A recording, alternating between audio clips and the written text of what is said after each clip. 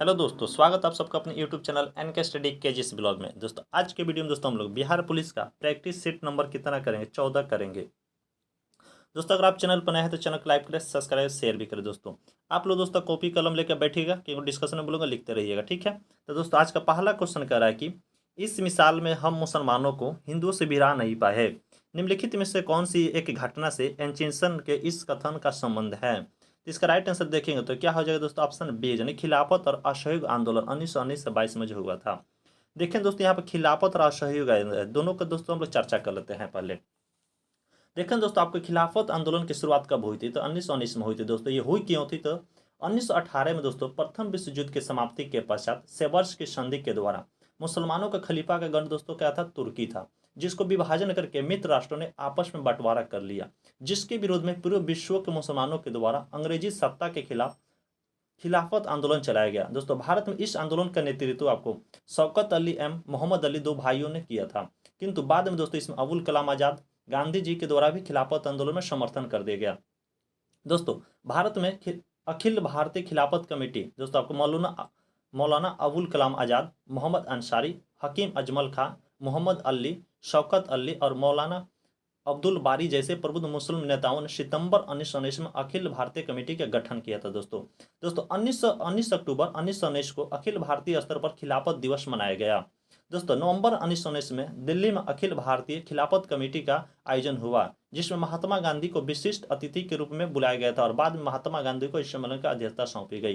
तथा दोस्तों महात्मा गांधी ने जून 1920 में खिलाफत कमेटी को अहिंसक आंदोलन करने का सुझाव दिया, जिसे खिलाफत भारतीय अखिल कमेटी ने जून 1920 में इलाहाबाद अधिवेशन में स्वीकृत किया था।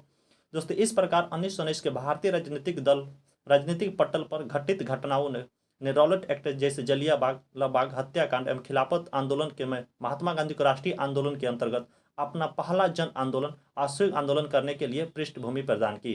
तथा इसी के बाद दोस्तों महात्मा गांधी ने असहयोग आंदोलन यानी 1920 से लेकर 22 तक चलाया था। दोस्तों आपको असहयोग आंदोलन दोस्तों महात्मा गांधी के नेतृत्व में प्रारंभ किया गया पहला जन आंदोलन था। दोस्तों यह 1 अगस्त 1920 ईस्वी को महात्मा गांधी ने असहयोग आंदोलन को दोस्तों शुरुआत की थी। आइए दोस्तों क्वेश्चन नंबर देखेंगे अगला। दोस्तों इसमें से कुछ हम लोग पॉइंट लिख लेते हैं, ठीक है। तो आप लोग को दोस्तों हम कुछ पॉइंट बोलते हैं, आप लोग लिख लीजिएगा। अगर दोस्तों हम लोग से पूछ दे महात्मा गांधी का प्रथम जन आंदोलन कौन था, तो आपको भी हम बताएं असहयोग आंदोलन हो जाएगा। अगर दोस्तों पूछ दे पहला महात्मा गांधी का प्रथम जन सत्याग्रह, आपको कौन हो जाएगा, हो जाएगा दोस्तों आपको रॉलेट एक्ट के खिलाफ आपको प्रथम जन सत्याग्रह होगा।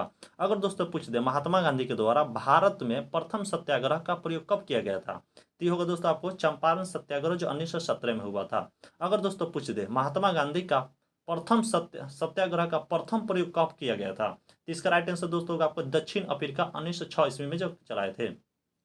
दोस्तों यहाँ पर असहयोग आंदोलन पूछते हैं, तो पूछ दे दोस्तों असहयोग आंदोलन किसके दिमाग की उपज मानी जाती है, तो दोस्तों होगा आपको अरविंद घोष के दिमाग की उपज मानी जाती है। आई क्वेश्चन नंबर दोस्तों, और इसमें से अब दिया है 1857 और कुछ इसका डिस्कशन देख लेते हैं। दोस्तों 10 मई 1857 ईस्वी के क्रांति में दोस्तों मेरठ की सेना ने 1857 की क्रांति की शुरुआत की। तथा दोस्तों 1857 की क्रांति के समय दोस्तों भारत का गवर्नर कौन था दोस्तों, तो आपको गवर्नर जनरल उस समय तो दोस्तों कैनिन उस समय गवर्नर जनरल था, और इंग्लैंड का प्रधानमंत्री आपको कौन था, पाल्मर्स्टन था। आइए क्वेश्चन नंबर 2 देखते हैं।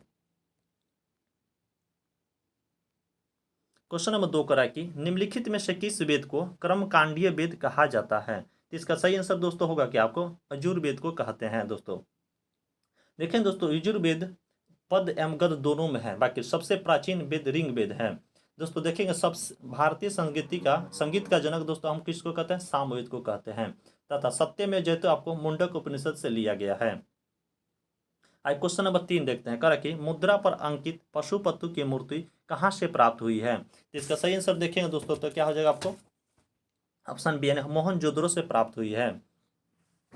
दोस्तों देखेंगे तो हड़प्पा से कब्रिस्तान यानी RH-30 यहाँ दोस्तों दिया है, हड़प्पा से आपको क्या क्या मिला था, कब्रिस्तान मिला है, कब्रिस्तान RH-37 अन्नागार प्राप्त हुआ है। मोहनजोदड़ो से दोस्तों देखें तो मोहनजोदड़ो से आपको बृहद अस्नागार, मातृ देवी की मूर्ति, कांसे की नर्तकी एवं बृहद अन्नागार भी दोस्तों आपको मोहनजोदड़ो से मिला है। दोस्तों लोथल से मिला है, क्या क्या लोथल से आपको बंदरगाह, फारस की मुहर, मक्का उद्योग के साथ दोस्तों मिला है। सुरकोटदा से देखेंगे दोस्तों तो सुरकोटदा से घोड़े की अस्थियां एवं एक प्रकार की अस्थि का कब्रगाह भी मिला है, विशेष कब्रगाह मिला है। आइए क्वेश्चन नंबर 4 देखते हैं। क्वेश्चन नंबर 4 करा कि 23 दिसंबर 2021 को किसान दिवस किस नेता की जयंती के अवसर पर मनाया जाता है? तो इसका सही आंसर क्या है दोस्तों? आपको चौधरी चरण सिंह के जन्मदिन पर मनाया जाता है दोस्तों। दोस्तों यह दिवस भारत के 5वें प्रधानमंत्री आपको चौधरी चरण सिंह की जयंती के अवसर पर मनाया जाता है। दोस्तों इनका जन्म आपको 23 दिसंबर 1902 ईस्वी को नूरपुर गांव, मेरठ जिला, वर्तमान उत्तर प्रदेश में हुआ था। दोस्तों लाल बहादुर शास्त्री ने जय जवान जय किसान का नारा दिया था तथा राजेंद्र प्रसाद के दोस्तों देश के प्रथम आपको राष्ट्रपति थे। आई क्वेश्चन नंबर 5 देखते हैं। कह रहा कि 1935 का गवर्नमेंट ऑफ इंडिया एक्ट क्यों महत्वपूर्ण है? तो इसका सही आंसर देखेंगे दोस्तों तो क्यों महत्वपूर्ण है, ऑप्शन इसका ए हो जाएगा। यह भारतीय संविधान का प्रमुख स्रोत है, ऑप्शन ए सही हो जाएगा। इसलिए दोस्तों भारतीय संविधान क्यों कहते हैं? क्योंकि 80% दोस्तों इसी से हमारे संविधान में लिया गया है। दोस्तों 1935 का गवर्नमेंट ऑफ इंडिया एक्ट को ही हम लोग क्या करते हैं? भारतीय प्रमुख का स्रोत करते हैं। दोस्तों भारत में आपको सर्वप्रथम संघीय शासन प्रणाली की नींव पर रखी गई थी। केंद्र में द्वैत शासन की स्थापना तथा प्रांतों में द्वैत शासन का समाप्त कर दिया गया तथा प्रांतीय स्वायत्ता का प्रावधान किया गया 1935 के द्वारा। दोस्तों इसके तहत दोस्तों 1937 में संघीय न्यायालय की स्थापना हुई। बर्मा जो वर्तमान म्यांमार के दोस्तों हम लोग कहते हैं कि भारत से 1937 में अलग कर दिया गया। आई क्वेश्चन नंबर 6 देखते हैं। क्वेश्चन नंबर 6 करेंगे दोस्तों, निम्न में से कौन सा अभिलेख विश्व में प्रथम विज्ञापन के तौर पर जाना जाता है? तो इसका सही आंसर देखेंगे तो इस ऑप्शन बी यानी शाहगौरा अभिलेख हो जाएगा। दोस्तों एरन अभिलेख देखेंगे तो आपको एरन अभिलेख दोस्तों आपको समुद्रगुप्त को दानी राजा माना गया इसमें दोस्तों। भानुगुप्त के दोस्तों एरन अभिलेख से सती प्रथा का पहला अभिलेख प्रमाण मिलता है। देखते हैं भीतरी स्तंभ लेख से दोस्तों आपको के अनुसार दोस्तों प्रथम हूण आक्रमण स्कंदगुप्त मन आक्रमण हुआ था, इसमें मिलता है। तथा जूनागढ़ अभिलेख से दोस्तों आपको हूणों को यानी मलेच्छ कहा गया है। क्वेश्चन नंबर 7 देखते हैं। कह रहा कि गुर्जर प्रतिहार वंश का संस्थापक कौन था? तो इसका सही आंसर दोस्तों क्या हो जाएगा? ऑप्शन यानी हरिश्चंद्र था, ऑप्शन ए सही हो जाएगा। देखें दोस्तों यहाँ चंदेल दिया है दोस्तों। चंदेल वंश का दोस्तों पूछते कुछ संस्थापक था। चंदेल वंश का संस्थापक आपको कौन था दोस्तों? तो ननुक हो जाएंगे। चाचा चौहान वंश का संस्थापक दोस्तों आपको वासुदेव। चोल वंश के संस्थापक विज्यालय। हरेक वंश का संस्थापक बिंबिसार। नंद वंश का संस्थापक महापदम नंद। मौर्य वंश का संस्थापक चंद्रगुप्त मौर्य। आई क्वेश्चन नंबर 8 देखते हैं दोस्तों। क्वेश्चन नंबर 8 करा कि निम्नलिखित फसलों में से कौन सिंधु घाटी सभ्यता के समय से उत्पादन किया जाता है? इसका सही आंसर देखेंगे तो क्या दोस्तों आपको जौ हो जाएगा। यानी प्रथम फसल दोस्तों जौ ही हुआ था सिंधु घाटी सभ्यता में। दोस्तों यह क्या एक रबी फसल है।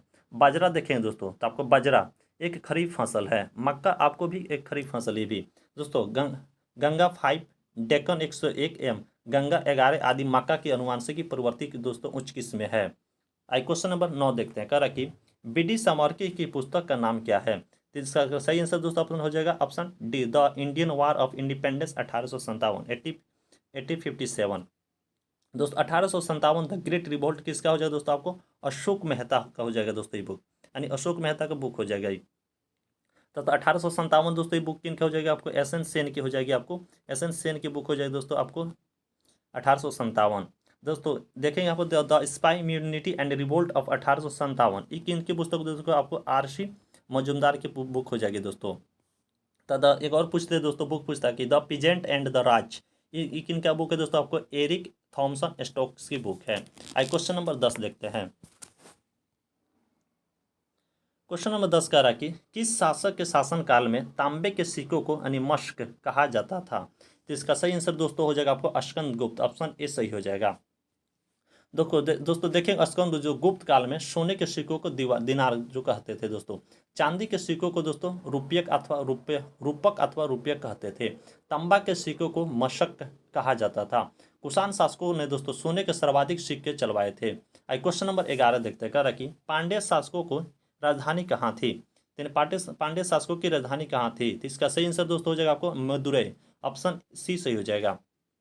देखें दोस्तों उरैयूर ये चोलों की उरैयूर दिया थी दोस्तों, ये चोलों की राजधानी थी जो सूती कपड़ा का बड़ा केंद्र था। यहाँ दोस्तों दिया आपको पुहार दोस्तों ये चोलों की समुद्र तटीय राजधानी थी। यह एक प्रसिद्ध बंदरगाह भी था दोस्तों। यहाँ बज्जी या कैटूर दिया है दोस्तों, तो ये दोस्तों आपको चेरों की राजधानी थी। तथा दोस्तों अगर पूछ दें हम लोग से एक और कोरकाई दोस्तों आपको पांड्य की तटीय राजधानी थी। आई क्वेश्चन नंबर 12 देखते हैं। क्वेश्चन नंबर 12 कह रहा है कि काराकोरम जास्कर, लद्दाख, पीर पंजाल प्रमुख पर्वत श्रेणियाँ निम्नलिखित में से किसके अंतर्गत आते हैं? तो इसका राइट आंसर दोस्तों किसके अंतर्गत है? तो आपको कश्मीर या उत्तर पश्चिमी हिमालय, ऑप्शन ए सही हो जाएगा।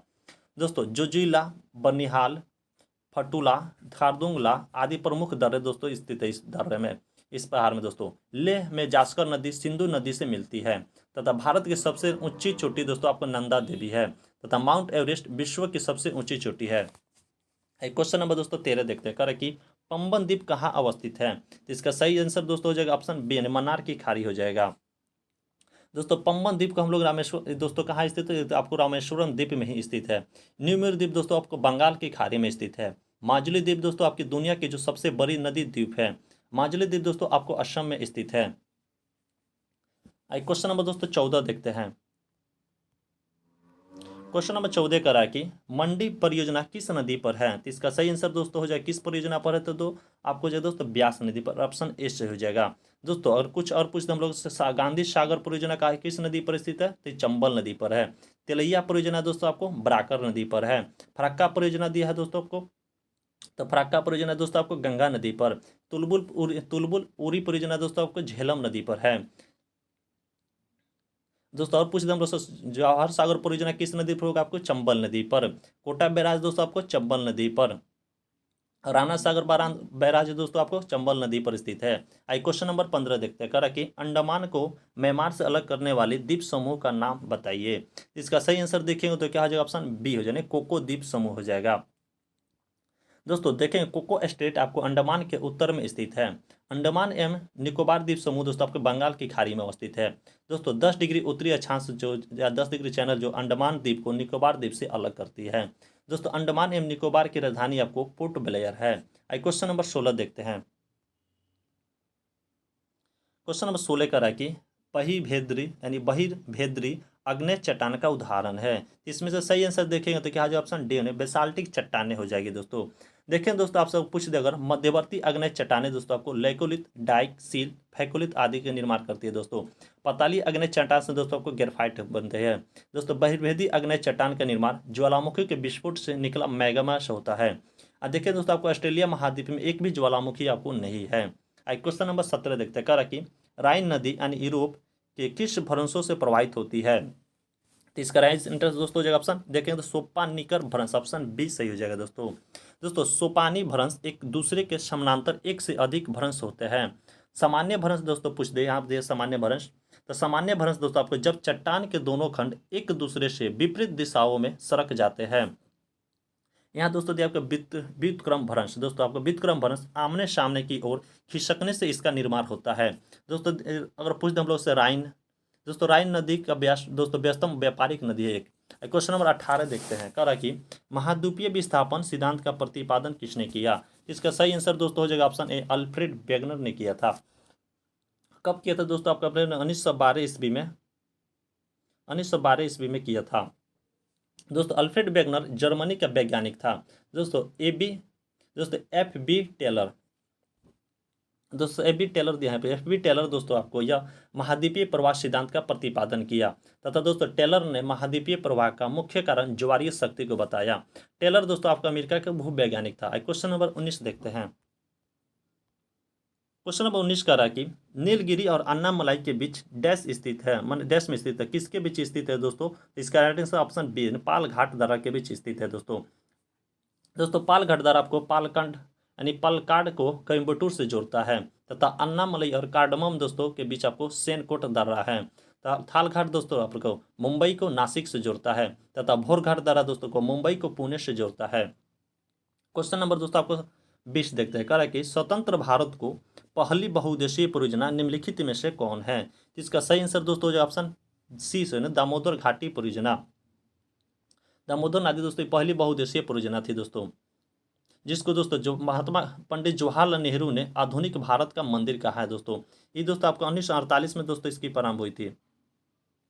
ठीक है दोस्तों, देखें दोस्तों आपको भाखरा नांगल बांध आपको सतलज नदी पर है तथा हीराकुंड बांध दोस्तों आपको महानदी पर उड़ीसा में स्थित है। क्वेश्चन नंबर 21 देखते हैं। क्वेश्चन नंबर 21 कह रहा है कि बुक्सा यानी टाइगर रिजर्व किस राज्य में है? इसका सही आंसर दोस्तों आपका क्या हो जाएगा? पश्चिम बंगाल, ऑप्शन ए सही हो जाएगा। दोस्तों भारत में कुल 6167 बाघ है इस समय दोस्तों, यानी सर्वाधिक टाइगर मध्य प्रदेश में है। दोस्तों सर्वाधिक वन आवरण वाला टाइगर रिजर्व दोस्तों आपको नागार्जुन सागर है। दोस्तों मध्य प्रदेश को टाइगर रिजर्व, टाइगर राज्य कहा जाता है, यानी बाघों का देश दोस्तों इसको कहते हैं, तो मध्य प्रदेश हो जाएगा। क्वेश्चन नंबर 22 देखते हैं, कह रहा कि भारतीय संविधान में समस्त कार्यपालिका शक्ति निहित होती है, मतलब किसमें निहित होती है? इसका राइट आंसर दोस्तों आपको राष्ट्रपति में, ऑप्शन डी से हो जाएगा। देखें दोस्तों आपको अनुच्छेद 53 के 1 में संघ की कार्यपालिका की शक्ति राष्ट्रपति में निहित होती है, इसकी बात कर गई दोस्तों, जिसे वो अपने अधीनस्थ अधिकारियों के मध्य से करती है। भारत सरकार के दोस्तों समस्त शासन व संबंधी कार्य राष्ट्रपति के नाम से होता है, तथा राष्ट्रपति भारत की तीनों सेनाओं के सर्वोच्च सेनापति होते हैं। आई क्वेश्चन नंबर 23 देखते हैं, कह रहा कि प्राक्कलन समिति में कितने सदस्य होते हैं? इसका सही आंसर दोस्तों हो जाएगा ऑप्शन, कितने होते हैं? तो 30 होते हैं, ऑप्शन ए सही हो जाएगा दोस्तों। देखें दोस्तों समिति का अध्यक्ष आपको माने प्राक्कलन समिति का अध्यक्ष दोस्तों सत्ताधार दल का नेता होता है, तथा दोस्तों जॉन मथाई की सिफारिश पर इस समिति का दोस्तों गठन किया गया था। दोस्तों इसे अस्थायी मितव्ययता समिति भी कहा जाता है। इसके अध्यक्ष को दोस्तों नियुक्ति लोकसभा अध्यक्ष द्वारा की जाती है। आई क्वेश्चन नंबर 24 देखते हैं। क्वेश्चन नंबर 24 करा कि राष्ट्रीय अंतरिम सरकार में रियासतों का विभाग किसे दिया गया था? इसका सही आंसर देखें तो किसको दिया गया था? तो दोस्तों ऑप्शन सी से सरदार वल्लभ भाई पटेल को दिया गया था, ऑप्शन सी से हो जाएगा। दोस्तों रियासतों को भारत में विलय हेतु सरदार पटेल के नेतृत्व में रियासत मंत्रालय बनाया गया था दोस्तों जूनागढ़ रियासत को जनमत संग्रह के आधार पर दोस्तों भारत में मिलाया गया था, तथा हैदराबाद रियासत को दोस्तों आपको पुलिस कार्रवाई ऑपरेशन पोलो चलाकर मिलाया गया था, तथा जम्मू कश्मीर रियासत को दोस्तों आपको विलय पत्र पर हस्ताक्षर करके भारत का अंग बनाया गया था। आई क्वेश्चन नंबर दोस्तों आपको 25 देखते हैं।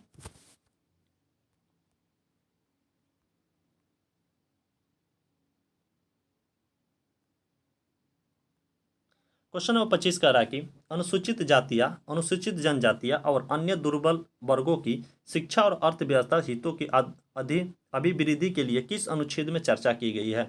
इसकी चर्चा दोस्तों आपका किस में है? तो आर्टिकल 46 यानी 46 में, ऑप्शन डी से हो जाएगा। चर्चा की है दोस्तों अनुच्छेद 30 देखें दोस्तों, आपको अनुच्छेद 30 में है आपको कि शिक्षा संस्थानों की स्थापना और प्रशासन करने की अल्पसंख्यक वर्गों का अधिकार है। आर्टिकल दोस्तों आपको 44 थी, आर्टिकल 44 में दोस्तों आपको नागरिकों के लिए समान नागरिक संहिता लागू है। मन इसमें बात है दोस्तों। अनुच्छेद 45 में दोस्तों आपको प्रारंभिक व्यवस्था को देख रेख एवं 6 वर्ष से कम आयु के बच्चे को के लिए है किया गया दोस्तों इसमें। और आर्टिकल 46 तभी हम लोग देख ले, जिसमें शिक्षा का अधिकार यानी 6 से 14 वर्ष के बाद सभी बच्चों के लिए है। आई क्वेश्चन नंबर 26 देखते हैं, कह रहा कि निर्वाचन आयुक्तों व क्षेत्रीय आयुक्तों की सेवा शर्तों का और कार्यकाल के निर्धारण कौन करता है? तो इसका सही आंसर कौन करता है दोस्तों? आपको राष्ट्रपति, ऑप्शन डी सही हो जाएगा। देखें दोस्तों आपको निर्वाचन आयुक्तों का कार्यकाल आपको कितने वर्ष का होता है? 6 वर्ष या 65 वर्ष की उम्र जो भी पहले निर्धारित किया गया है।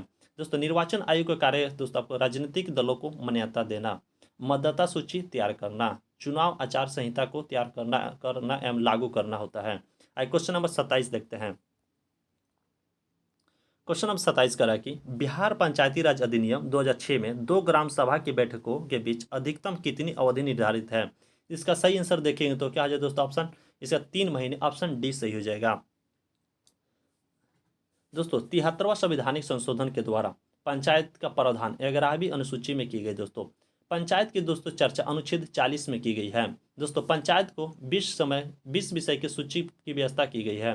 दोस्तों सबसे पहले पंचायती राज लागू आपको 2 अक्टूबर 1959 ईस्वी को नागौर जिला राजस्थान में की गई थी। क्वेश्चन नंबर 28 देखते हैं, कह रहा कि पूर्ण स्वराज का संकल्प कांग्रेस के द्वारा कब पारित किया गया? तो इसका सही आंसर देखेंगे दोस्तों तो क्या हो जाएगा? ऑप्शन देखेंगे तो इसका कब किया गया था दोस्तों? 1929 लाहौर अधिवेशन, ऑप्शन सी किया गया था दोस्तों, ऑप्शन सी। किसके द्वारा? तो पंडित जवाहरलाल नेहरू के द्वारा किया गया था, क्योंकि दोस्तों आपको लाहौर अधिवेशन की कांग्रेस के द्वारा तो उसकी अध्यक्षता दोस्तों आपको पंडित जवाहरलाल नेहरू ने ही किया था।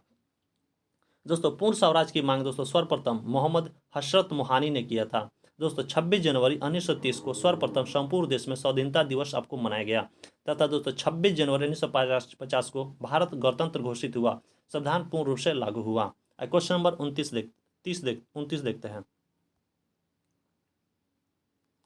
क्वेश्चन नंबर 29 कह रहा कि भारतीय संविधान में अध्यादेश का प्रावधान किस अधिनियम से लिया गया है? तो इसका सही आंसर दोस्तों क्या हो जाए? ऑप्शन ए, भारत शासन अधिनियम 1935 से लिया गया है।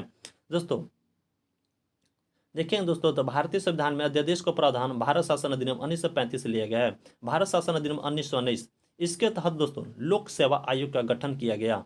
पहली बार दोस्तों केंद्रीय बजट को राज्य बजट से अलग कर दिया गया। दोस्तों प्रांतों में द्वैध शासन के जनक लियोनोल कार्टिस माने जाते हैं। क्वेश्चन नंबर 30 देखते हैं। क्वेश्चन नंबर 30 करा कि अनुसूचित जाति, अनुसूचित जनजाति एवं अन्य पिछड़ा वर्गों के लिए आयोग का गठन करने की शक्ति किसके पास होती है? तो इसका सही आंसर किसके पास होता है? तो ऑप्शन ए राष्ट्रपति के पास होती है। दोस्तों वित्त आयोग का गठन कौन करता है? तो राष्ट्रपति के द्वारा किया जाता है। दोस्तों प्रधानमंत्री को दोस्तों पद एवं गोपनीयता की शपथ आपको राष्ट्रपति ही दिलवाते हैं। दोस्तों प्रधानमंत्री लोकसभा का नेता होता है। दोस्तों आपको मंत्रिपरिषद सामूहिक रूप से लोकसभा के प्रति उत्तरदायी होता है, बाकी व्यक्तिगत रूप से आपको राष्ट्रपति के प्रति उत्तरदायी होता है। क्वेश्चन नंबर 31 देखते हैं। कह रहा कि भारत का संघीय न्यायालय निम्नलिखित में से किस वर्ष में स्थापित किया गया था? इसका सही आंसर कब हुआ दोस्तों? 1937। इसमें ऑप्शन बी सही हो जाएगा। दोस्तों भारत में संघीय न्यायालय की स्थापना दोस्तों आपको 1937 ईस्वी में की गई थी। दोस्तों संघीय न्यायालय की स्थापना आपको 1935 के अधिनियम के तहत की गई थी। इसके प्रथम प्रमुख दोस्तों न्यायाधीश कौन थे? सर मैरिस गेयर थे। दोस्तों भारत शासन अधिनियम 1935 के द्वारा सर्वप्रथम भारत में संघात्मक सरकार की आपको स्थापना की गई थी। दोस्तों इस अधिनियम के द्वारा प्रांत में द्वैध शासन को समाप्त कर केंद्र में द्वैध शासन आपको लागू की गई थी। दोस्तों अगर पूछ दे आप लोगों से जब प्रांत में द्वैध शासन कब शुरू की गई थी दोस्तों, तो आपको प्रांत में द्वैध शासन आपको 1919 में शुरू की गई थी। आइए क्वेश्चन नंबर 32 देखते हैं। क्वेश्चन नंबर 32 करा कि सबसे पहले बिहार पहुंचने वाले यूरोपीय व्यापारी थे। इसका राइट आंसर दोस्तों पुर्तगाली, ऑप्शन सी से हो जाएगा। दोस्तों पुर्तगालियों का व्यापारिक केंद्र आपको बंगाल के हुगली में था। दोस्तों पुर्तगाली व्यापारी पटना से सूती वस्त्र खरीदकर यूरोप ले जाते थे। दोस्तों पटना तथा भागलपुर प्रमुख व्यापारिक आपको मंडी था। दोस्तों गंगा नदी से नाव द्वारा व्यापार होता था। क्वेश्चन नंबर 33 देखते हैं। कह रहा कि आसियान का केंद्रीय सचिवालय कहाँ स्थित है? इसका सही आंसर कहाँ स्थित है? तो जकार्ता, ऑप्शन डी से हो जाएगा। दोस्तों आपको आसियान की स्थापना पूछ देते, इसकी स्थापना दोस्तों आपको कब हुआ था? आसियान की स्थापना दोस्तों आपको 8 अगस्त 1967 ईस्वी में आपको हुआ था आसियान की स्थापना। दोस्तों इसके सदस्य देश कितने हैं? 10 इसके सदस्य देश हैं दोस्तों।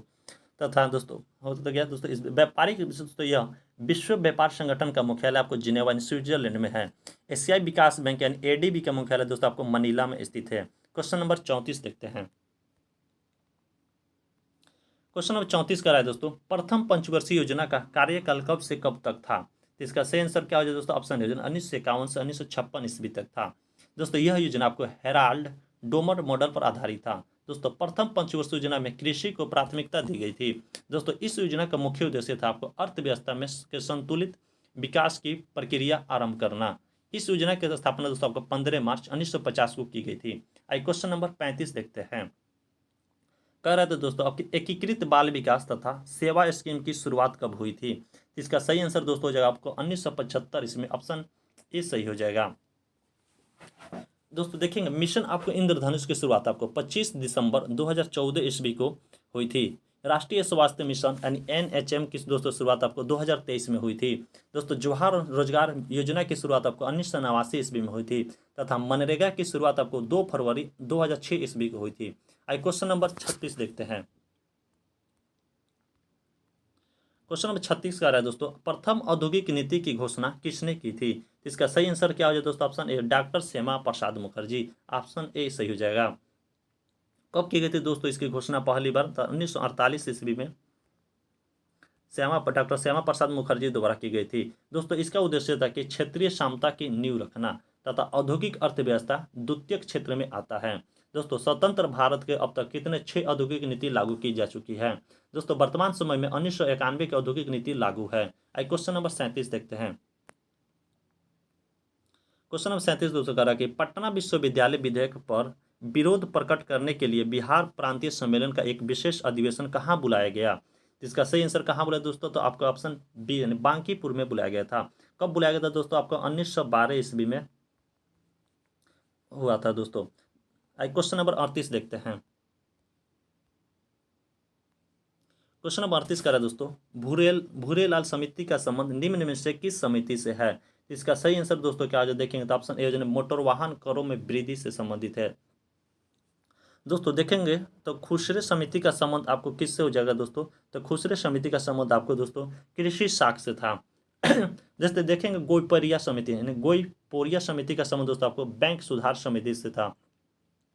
और दोस्तों हम सब देखेंगे महालनोबिस समिति का संबंध आपको राष्ट्रीय आय से संबंधित था। दोस्तों स्वामीनाथन समिति का संबंध आपको जनसंख्या नीति से है। आई क्वेश्चन नंबर 39 देखते हैं। कह रहा कि भारतीय स्टेट बैंक की स्थापना निम्न में से किस तिथि को हुई थी? इसका सही आंसर क्या हो जाए दोस्तों? ऑप्शन है 1 जुलाई 1955 ईस्वी को की गई थी। ऑप्शन ए सही हो जाएगा। दोस्तों रिजर्व बैंक की स्थापना पूछ देते कब की गई थी दोस्तों, तो आपकी रिजर्व बैंक की स्थापना 1935 को हुई थी। दोस्तों अगर पूछते भारतीय रिजर्व बैंक का राष्ट्रीयकरण आपको 1949 में हुई थी तथा रिजर्व बैंक को दोस्तों बैंकों का बैंक कहा जाता है। दोस्तों वर्तमान में रिजर्व बैंक का गवर्नर आपको शक्तिकांत दास है। आइए क्वेश्चन नंबर 40 देखते हैं। कह रहा कि ओमान की मुद्रा का नाम क्या है? तो इसका सही आंसर क्या है दोस्तों? ओमान की मुद्रा क्या है दोस्तों? आपको रियाल। ऑप्शन बी से हो जाएगा। दोस्तों ओमान एक खाड़ी देश है जिसकी राजधानी आपको मस्कट है। दोस्तों पीसो फिलीपींस का मुद्रा है। दोस्तों पीसो कहाँ की मुद्रा है? तो आपको फिलीपींस की। दोस्तों यहाँ दोस्तों आपको सुम दिया है, तो सुम किसके मुद्रा है दोस्तों? आपको उज्बेकिस्तान की मुद्रा आपको सुम है। और डॉलर दोस्तों आपको सिंगापुर और यूएसए की मुद्रा डॉलर है। आइए क्वेश्चन नंबर 41 देखते हैं।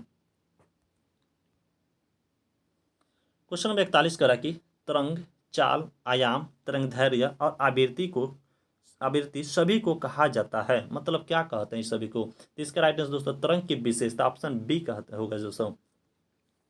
आई क्वेश्चन नंबर दोस्तों आपको 42 देखते हैं। कह रहा कि किसी भी शिक्षक को 40 सेंटीमीटर से निकट की वस्तु स्पष्ट नहीं दिखाई देती है, तो स्पष्ट दृष्टि की न्यूनतम दूरी पर किताब को रखकर पढ़ने के लिए उसे कितनी क्षमता वाले लेंस को प्रयोग करना चाहिए? तो यानी 40 सेंटीमीटर पर दोस्तों दिखाई नहीं दे रही है, तो इसको दोस्तों फॉर्मूला होता है 1/v बराबर 1/f प्लस 1/u होता है। तो इसको दोस्तों हम लोग बनाएंगे तो क्या हो जाएगा? तो देखेंगे दोस्तों 1/f बराबर हो जाएगा आपको, यानी 1/f दोस्तों ये है कि तो इधर माइनस में चल रहा है, ठीक है, तो हो जाएगा आपको 1/-40 माइनस का 1/25 हो जाएगा। तो दोस्तों यू बराबर 100, इसलिए यू बराबर क्या हो जाएगा निकालेंगे दोस्तों आपको -25 सेंटीमीटर होता है।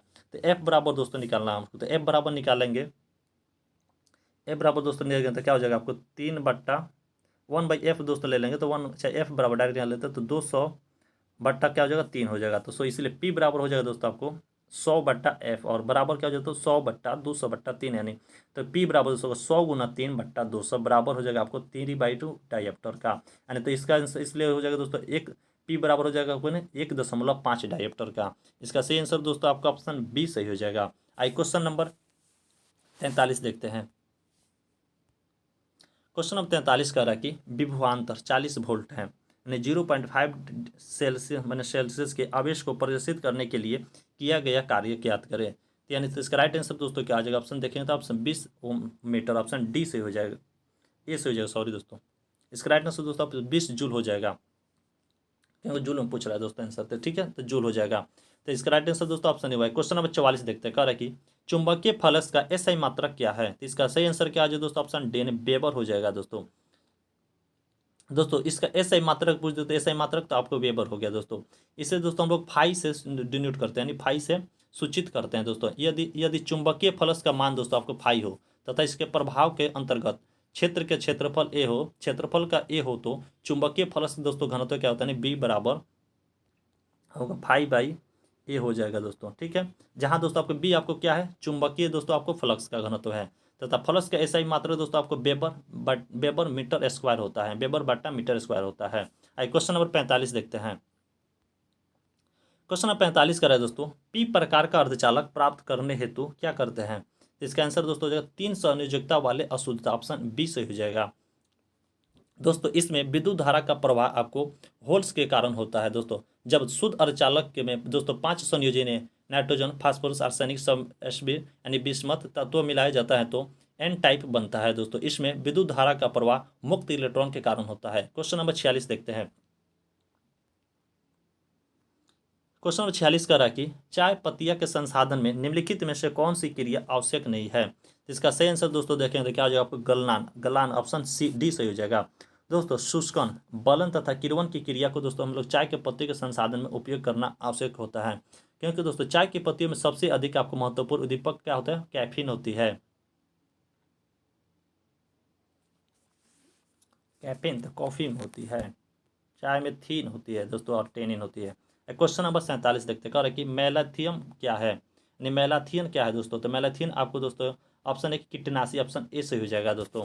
दोस्तों अमेरिका में इसका प्रयोग करने में के लिए 1956 ईस्वी में पंजीकृत किया गया था। इसका प्रयोग दोस्तों व्यापक पैमाने पर कृषि, आवासीय, भूदृश्य निर्माण, सार्वजनिक महल मनहौला क्षेत्र और सार्वजनिक स्वास्थ्य महामारी नियंत्रण कार्यक्रम जैसे मच्छर उन्मूलन में किया जाता है। दोस्तों यह सापेक्षिक रूप से मानव के लिए कम विषाक्त है। क्वेश्चन नंबर 48 देखते हैं। क्वेश्चन नंबर 48 का है दोस्तों, मयूर का वैज्ञानिक नाम क्या है? तो दोस्तों मयूर का वैज्ञानिक नाम आपको पावो क्रिस्टेसस, ऑप्शन बी से यानी मोर का पूछ रहा है दोस्तों। दोस्तों यह भारत का क्या है, राष्ट्रीय पक्षी है दोस्तों। दोस्तों यह एक बड़ा और चमकीला रंग का पक्षी है दोस्तों। यह भारतीय उपमहाद्वीप का एक देसी प्रजाति है। यह दुनिया में कई अन्य हिस्सों में भी पाया जाता है। क्वेश्चन नंबर 49 देखते हैं। कह रहा है कि सौर ऊर्जा किसके द्वारा उत्पन्न होता है? तो इसका राइट आंसर दोस्तों क्या हो जाए, ऑप्शन ए हो जाए, संलयन प्रक्रिया द्वारा उत्पन्न होता है। दोस्तों सूर्य में हीलियम एवं हाइड्रोजन केंद्र के परमाणु संलयन द्वारा उत्पन्न होता करता है दोस्तों। संलयन एक दोस्तों आपको नाभिकीय अभिक्रिया है जिसमें दो या दो से अधिक परमाणु के केंद्रक और एक दूसरे के निकट आते हैं और तेज गति से टकराते हैं और एक नए नए केंद्र का निर्माण करते हैं। अतः दोस्तों सौर ऊर्जा संलयन प्रक्रिया द्वारा उत्पन्न होता है। आइए क्वेश्चन नंबर 50 देखते हैं। क्वेश्चन नंबर दोस्तों आपका 50 करके हैप्पिटस क्या है? तो हैप्पिटस दोस्तों आपको क्या है, हैप्पिटस एक प्रकार है दोस्तों अपूर्ण प्रतिजन, ऑप्शन बी से हो जाएगा दोस्तों। दोस्तों ये तब तक एंटीबॉडी का सृजन नहीं कर पा सकते हैं तब तक दोस्तों जब तक वे किसी प्रोटीन या बड़े एंटीजन अणु से जुड़े न हो। दोस्तों उनमें एक प्रतिजनी निर्धारक पाया जाता है मगर वे खुद पूर्ण रूप से प्रतिजनी नहीं होते हैं। दोस्तों हैपेंटस एक अपूर्ण या आंशिक एंटीजन होते हैं। आइए क्वेश्चन नंबर 51 देखते हैं। क्वेश्चन नंबर 51 दोस्तों कह रहा है कि उस रसायन का नाम बताइए जो आम को पकाने के काम आता है। इसका सही आंसर दोस्तों क्या हो जाए, option calcium carbide, option B से हो जाएगा। यानी इसको दोस्तों हम लोग कार्बाइड करते हैं गाँव में शुद्ध रूप में, ठीक है। क्वेश्चन देखेंगे दोस्तों आपको, जब कैल्शियम कार्बाइड की नमी के संपर्क में आता है तो यह एसिटिलीन गैस उत्पन्न करता है जो फल को प्राकृतिक रूप से पकाने वाले एजेंट एथिलीन की अभिक्रिया के समान है। दोस्तों एसिटिलीन एथिलीन के समान दोस्तों कार्य करता है और पकने की प्रक्रिया में वृद्धि करता है। दोस्तों आम अथवा फल को पकाने के काम दोस्तों कैल्शियम कार्बाइड यानी CaC2 आता है। आज क्वेश्चन नंबर 52 देखते हैं। कह रहा है कि एलोसोम होता है। एलोसोम क्या होता है दोस्तों आपको, तो इसका राइट आंसर दोस्तों क्या हो जाएगा, ऑप्शन डी यानी लिंग गुणसूत्र, ऑप्शन डी से हो जाएगा दोस्तों। मनुष्य में दोस्तों आपको कितने लिंग सूत्र गुणसूत्र पाए जाते हैं, तो 23 जोड़ी यानी 46 गुणसूत्र पाए जाते हैं। दोस्तों आपको 22 जोड़ी गुणसूत्र स्त्री और पुरुषों के समान और अपने अपने समजात होते हैं। दोस्तों उन्हें सौजात गुणसूत्र या ऑटोसोम कहते हैं। दोस्तों 23वीं जोड़ी के गुणसूत्र स्त्री और पुरुषों में भिन्न होते हैं। आइए क्वेश्चन नंबर 53 देखते हैं।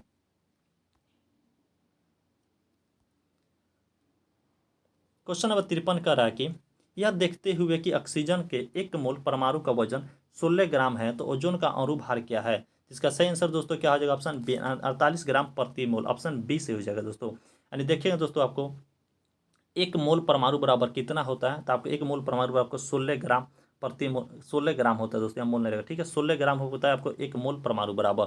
दोस्तों इसलिए दोस्तों आपको 3 मोल बराबर पूछा है तो हम लोग 3 मोल बराबर क्या जगह 16 गुना 3 बराबर 48 ग्राम मोल हो जाएगा। आई क्वेश्चन नंबर 54 देखते हैं।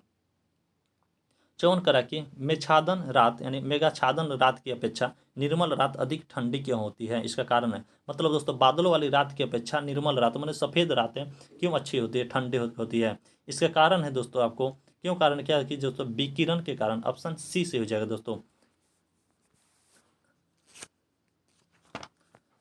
देखें दोस्तों आपको बादल की उपस्थिति में दोस्तों पृथ्वी द्वारा परिवर्तित विकिरण ऊष्मा ऊपर न जाकर बादल एवं पृथ्वी के बीच ही बनी रहती है।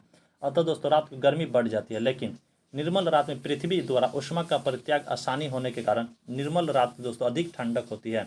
देखें दोस्तों आपको अगला पॉइंट दोस्तों, स्वच्छ आकाश वाली रातों की अपेक्षा आपको बादल आच्छादित रातें अधिक गर्म होती है। क्वेश्चन नंबर 55 देखते हैं।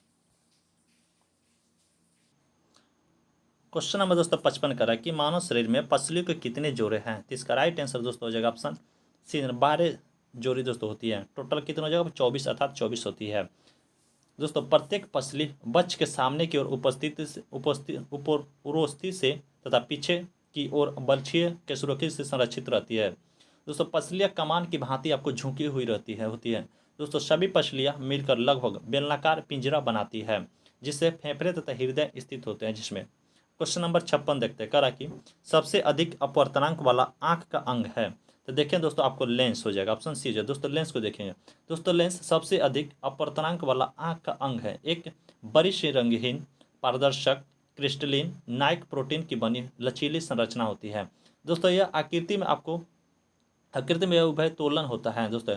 वायु बढ़ने के साथ चपटा एवं भूरा हो जाता है दोस्तों। इसके बहुत ही अपारदर्शी हो जाने से दिखाई देना बंद हो जाता है, जिसे हम लोग मोतियाबिंद कहते हैं। क्वेश्चन नंबर 57 देखते हैं।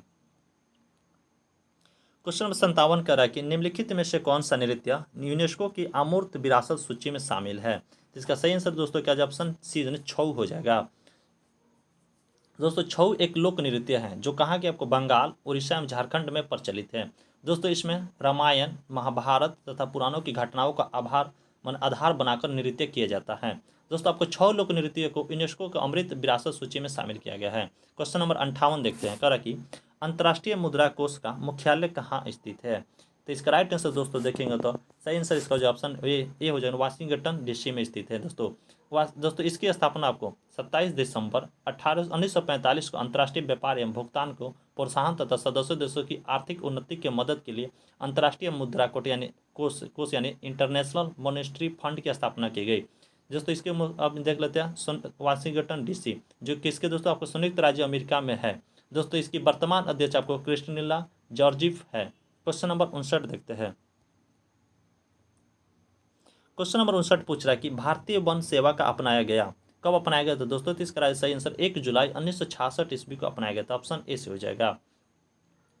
देखिए दोस्तों आपको भारतीय वन सेवा एक सिविल सेवा है जो अन्य दो अखिल भारतीय सेवा, भारतीय प्रशासनिक सेवा और भारतीय पुलिस सेवा के साथ जानी जाती है दोस्तों। आपको भारतीय वन सेवा की अखिल भारतीय सेवा अधिनियम 1951 के तहत आपको 1966 में अपनाया गया था।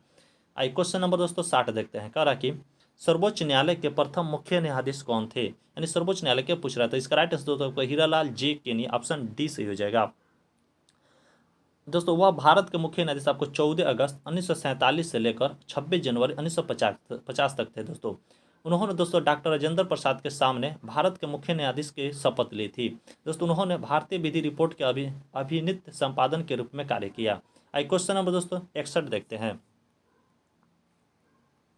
क्वेश्चन नंबर 61 कह रहा है कि दोस्तों मिजोरम के पारंपरिक बांस नृत्य को क्या कहा जाता है। तो इसका राइट आंसर दोस्तों आपको चेराव नृत्य, ऑप्शन ए से हो जाएगा दोस्तों। चेराव नृत्य को बांस नृत्य के रूप में भी जाना जाता है दोस्तों। यह नृत्य आपको मिजोरम में सबसे रंगीन और विशिष्ट नृत्यों में एक है दोस्तों।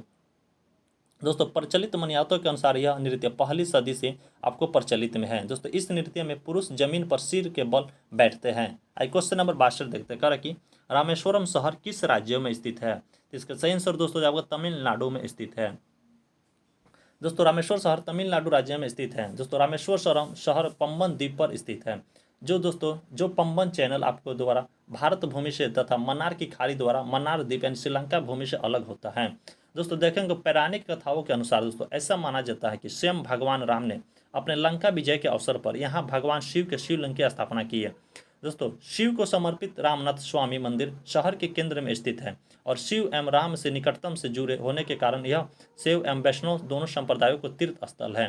क्वेश्चन नंबर 63 देखते हैं। क्वेश्चन नंबर 63 का न दलील, न वकील, न अपील टिप्पणी इनमें से किससे संबंधित है।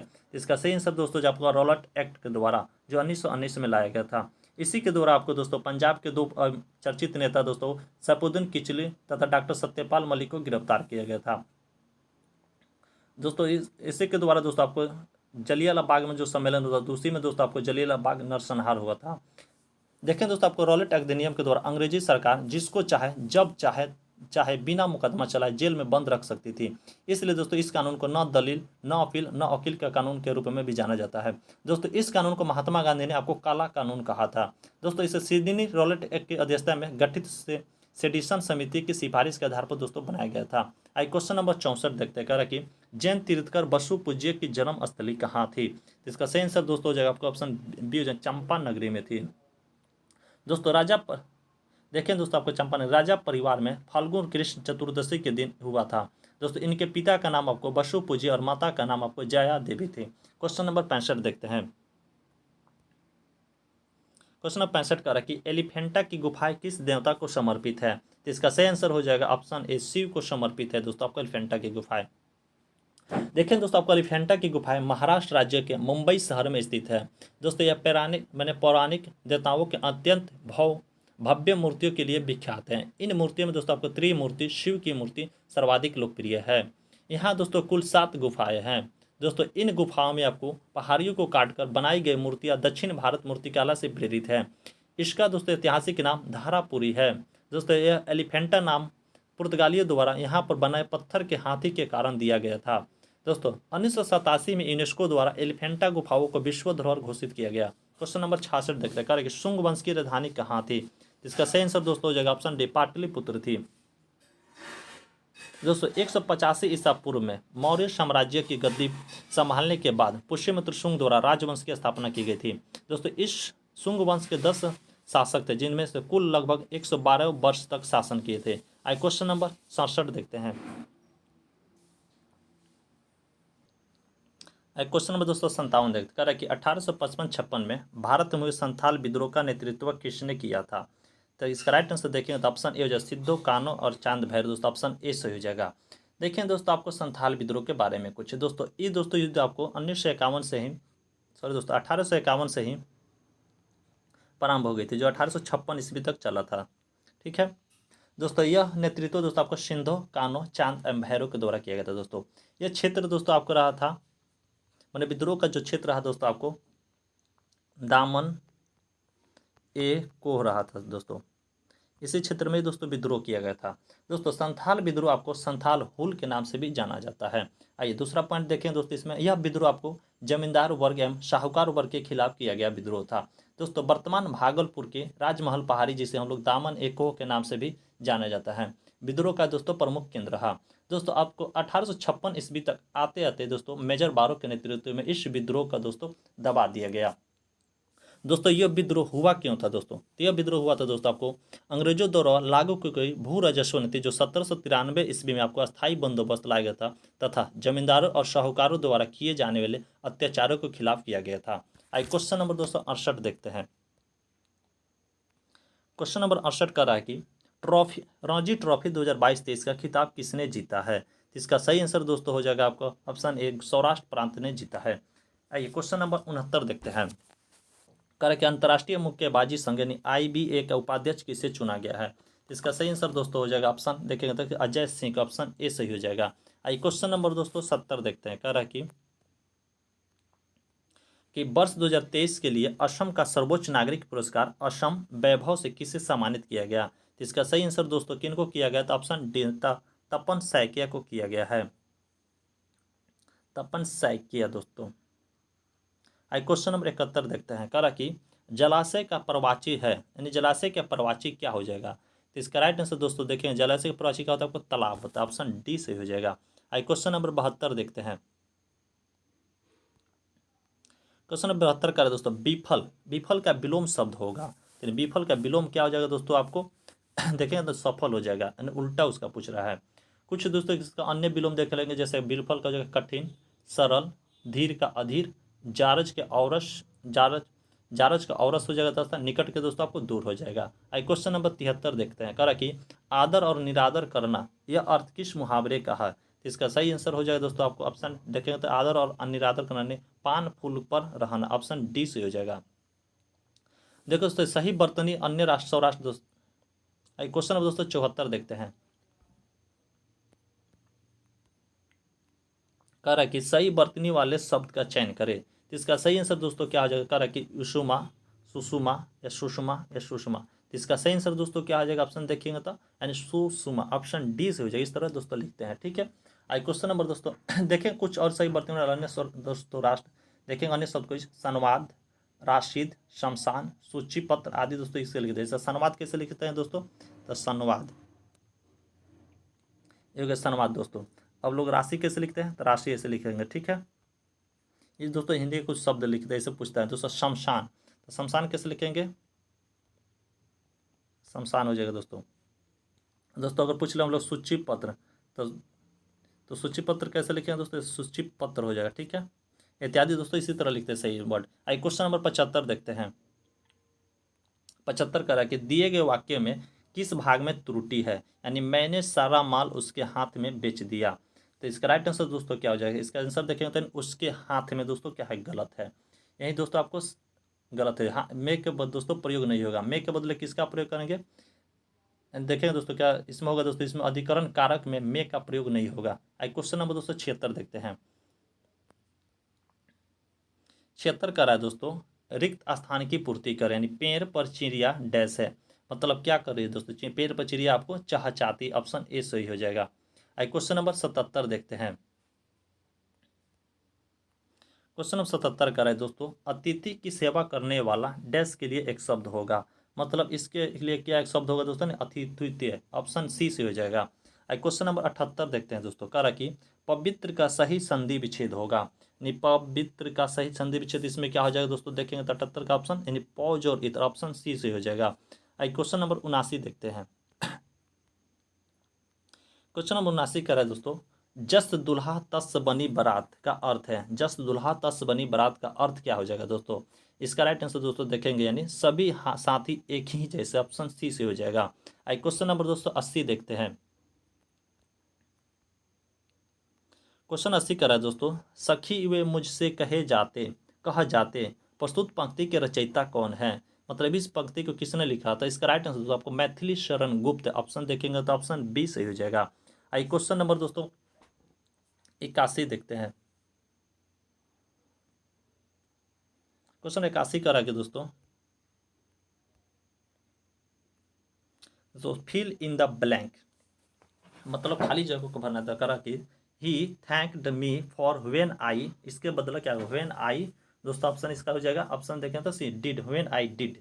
आई क्वेश्चन नंबर दोस्तों 82 करा, synonym of the word surmount is, surmount का दोस्तों साइनोनिम बताना है, इसका सही आंसर देखेंगे दोस्तों तो क्या हो जाएगा 82 का दोस्तों आपको ऑप्शन इसका ओवरकम, ऑप्शन सी से हो जाएगा। क्वेश्चन नंबर 83 देखते हैं।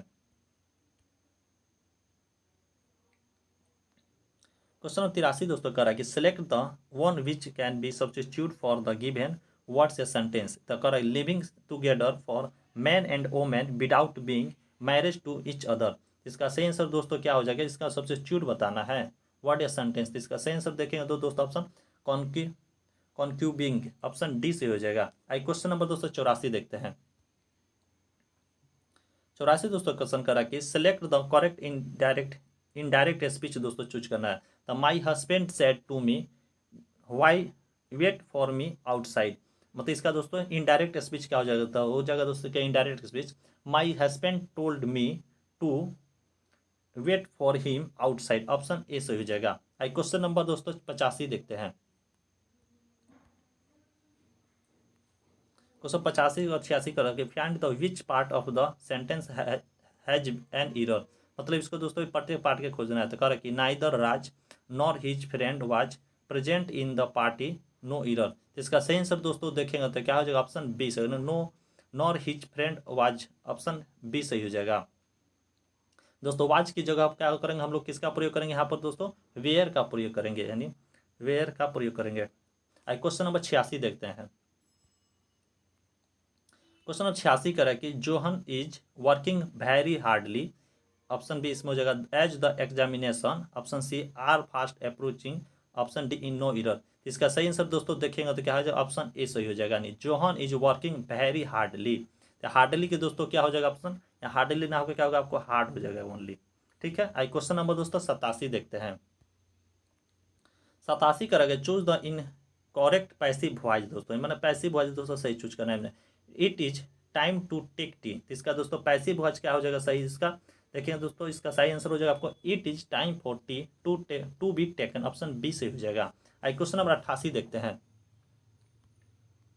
क्वेश्चन नंबर 88 करेंगे choose the alternative which best expresses the meaning of the given idiom या phrase to end in smoke, तो इसका सही आंसर दोस्तों देखेंगे तो क्या हो जाएगा option to come to nothing, option C से हो जाएगा। आई क्वेश्चन नंबर 89 देखते हैं।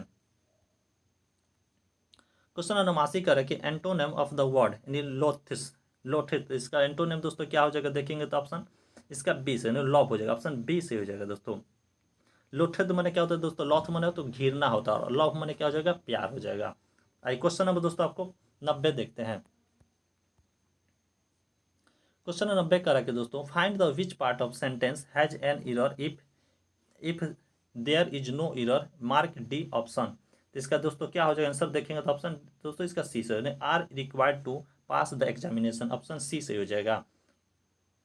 दोस्तों आर के जगह क्या करेंगे हम लोग, आर की जगह इज का प्रयोग करेंगे। इसमें दोस्तों यही दोस्तों आपको गलत है, इसलिए इसके जगह यही ऑप्शन सी से होगा।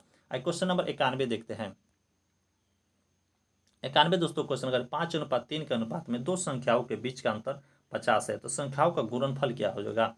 यानी दोस्तों यहाँ पहली संख्या दिया और यहाँ एक दोस्तों दूसरी संख्या दिया, इन दोनों का दोस्तों अनुपात कितना है, एक 5 दिया और यहाँ पर दोस्तों आपको 3 है। दोनों का डिस्टेंस देखेंगे दोस्तों क्या हो जाएगा, 2 हो जाएगा। 2x बराबर दोस्तों कितना दिया आपको, 50 दिया है। तो x बराबर क्या निकल जाएगा दोस्तों आपको 25 हो जाएगा। तो इसको दोस्तों 50 से गुना करेंगे तो क्या हो जाएगा, यानी गुना 25 करेंगे तो 25 बचे 125 हो जाएगा। और इसको दोस्तों गुना करेंगे 25 तो 25 दिया आपको 75 हो जाएगा। और दोनों 125 और 75 को दोस्तों गुना करेंगे इन दोनों को, तो यही दोस्तों पूछ रहा है हम लोग से ना, संख्या को गुणनफल पूछ रहा है। तो यानी 125 गुना 75 करेंगे तो क्या आ जाएगा आपको, यानी 9375। ऑप्शन देखेंगे तो इसमें से क्या हो जाएगा दोस्तों, ऑप्शन ए सही हो जाएगा। क्वेश्चन नंबर 92 देखते हैं। क्वेश्चन नंबर 92 करा है कि एक सम अष्टभुज के प्रत्येक बाह्य कोणों का माप ज्ञात करे। तो इसका सही आंसर देखेंगे दोस्तों क्या हो जाएगा, यानी बाह्य कोण बराबर होता है आपको, यानी बाह्य कोण यहाँ दोस्तों लिखा है, ठीक है। बाह्य कोण बराबर होता है आपको 360 डिग्री बाई एन होता है। तो इसका हो जाएगा दोस्तों 360।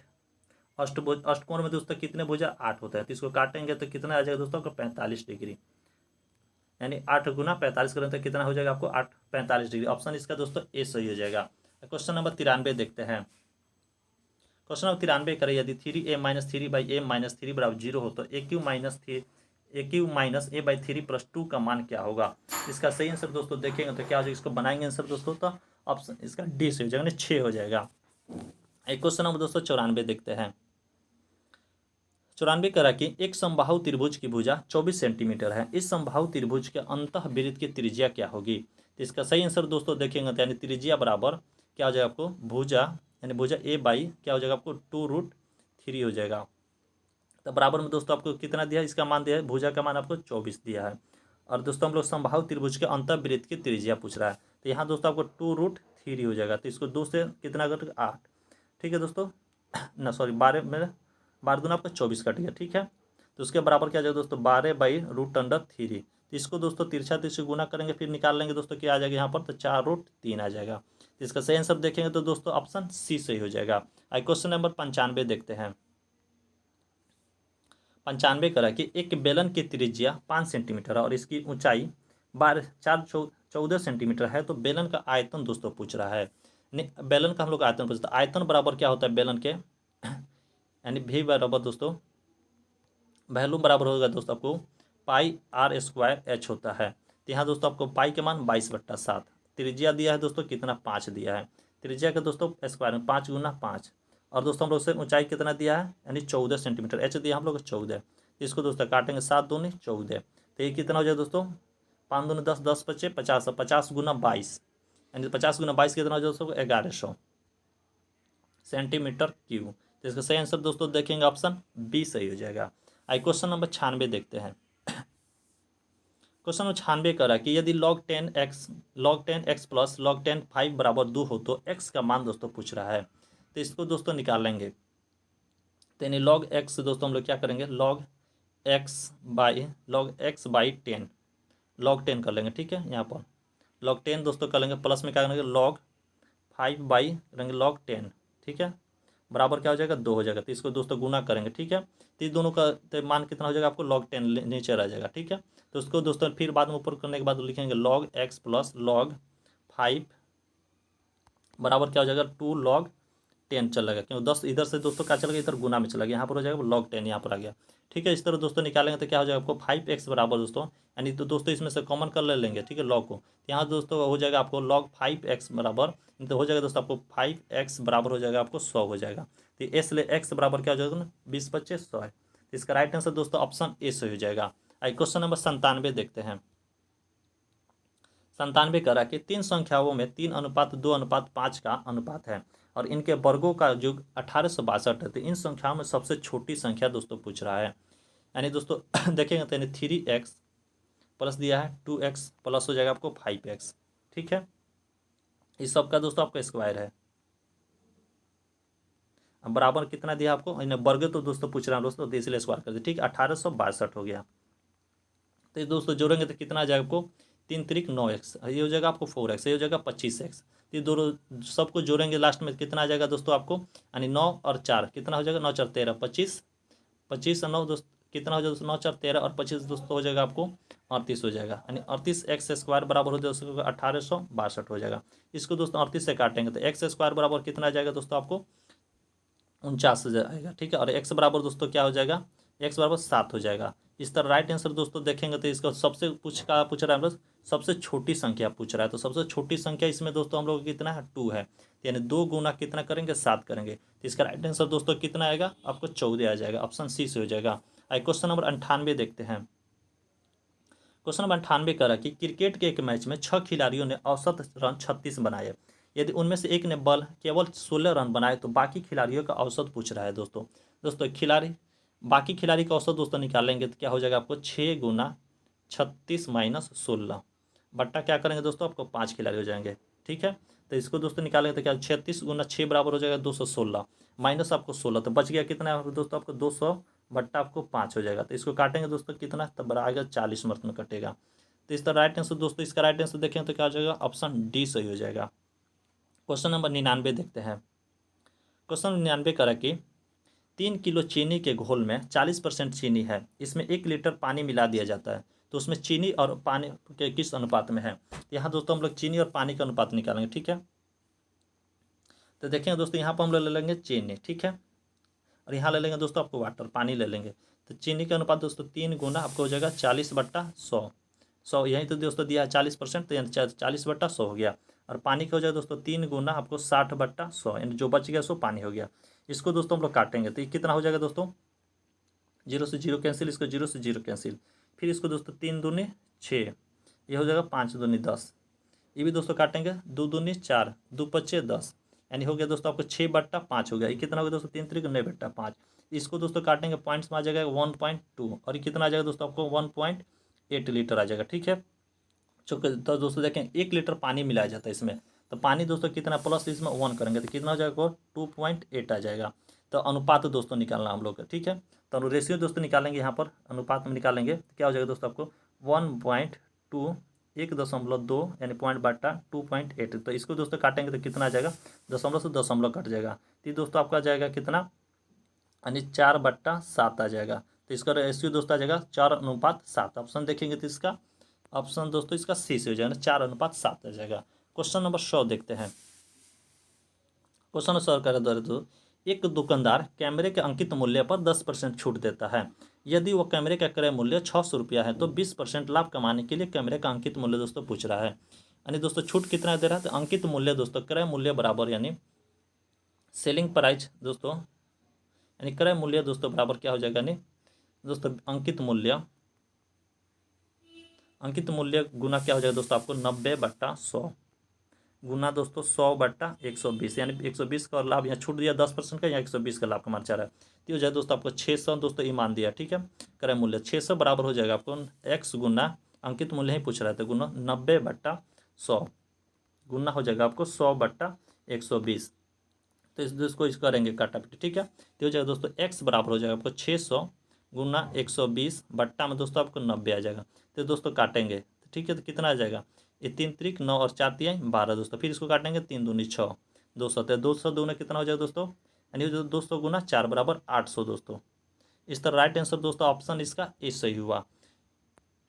इस तरह दोस्तों आज की वीडियो हम लोग पूरा सेट का 100 नंबर क्वेश्चन तक पूरा फाइनल किया, फुल डिस्कशन के साथ किया। ठीक, थैंक यू दोस्तों। अगर मिलते हैं अगले वीडियो में दोस्तों, अगर वीडियो अच्छा लगे तो वीडियो को लाइक करें, सब्सक्राइब शेयर भी करें। वीडियो बनने का आप सभी का धन्यवाद।